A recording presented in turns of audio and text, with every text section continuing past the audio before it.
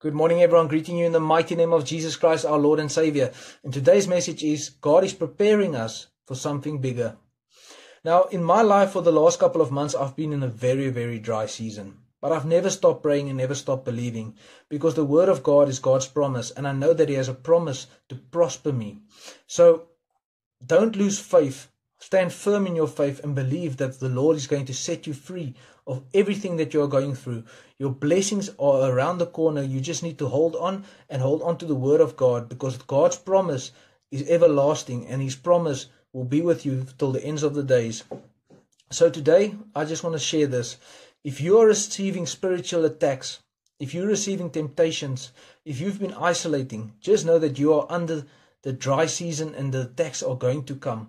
But just know that hold on to your faith and keep on believing the Lord, because this is the time that makes you stronger, that makes you endure from the situation, because God is preparing you for the blessing that He has for you. Remember, after the dry season, when you receive your blessing, you will appreciate what God has given you. Remember, God doesn't bless us on what we want. He blesses us on what we need. So God knows what we need, and He knows our heart. He knows every tear that we have cried in the past, and God will set us free of all our burdens in Jesus' name. Today I just want to pray for us, and I just want to pray that we all will be free of all these attacks of the enemy, and that we will have faith and stand firm in our faith and have confidence that we will receive the blessing that God has promised for us, and that the enemy has no authority in our lives.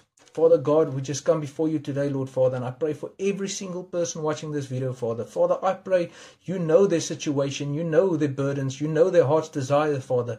Father, I pray that you will bless them in abundance, Lord Father. Father, give them the blessings that they've been praying for, Father. Father, if they need to forgive, Father, guide them, Father, so that they will forgive those that hurt them, Lord Father. Father, I pray that you will touch each and every person, Father, and I pray for that sickness will leave their body right now in Jesus' mighty name, Father. Father, I trust you in every situation, Father, and I pray that the people watching this video, Father, will just be touched by your presence, Father, your peace, Lord Father, your shalom peace, the peace that restores anything that is broken, Father. Father, forgive us of our sins, Father, and let us forgive those that sinned against us in Jesus' mighty name. Amen. If you've liked this video, please like and subscribe and share this to your family, friends, and to the ends of the earth.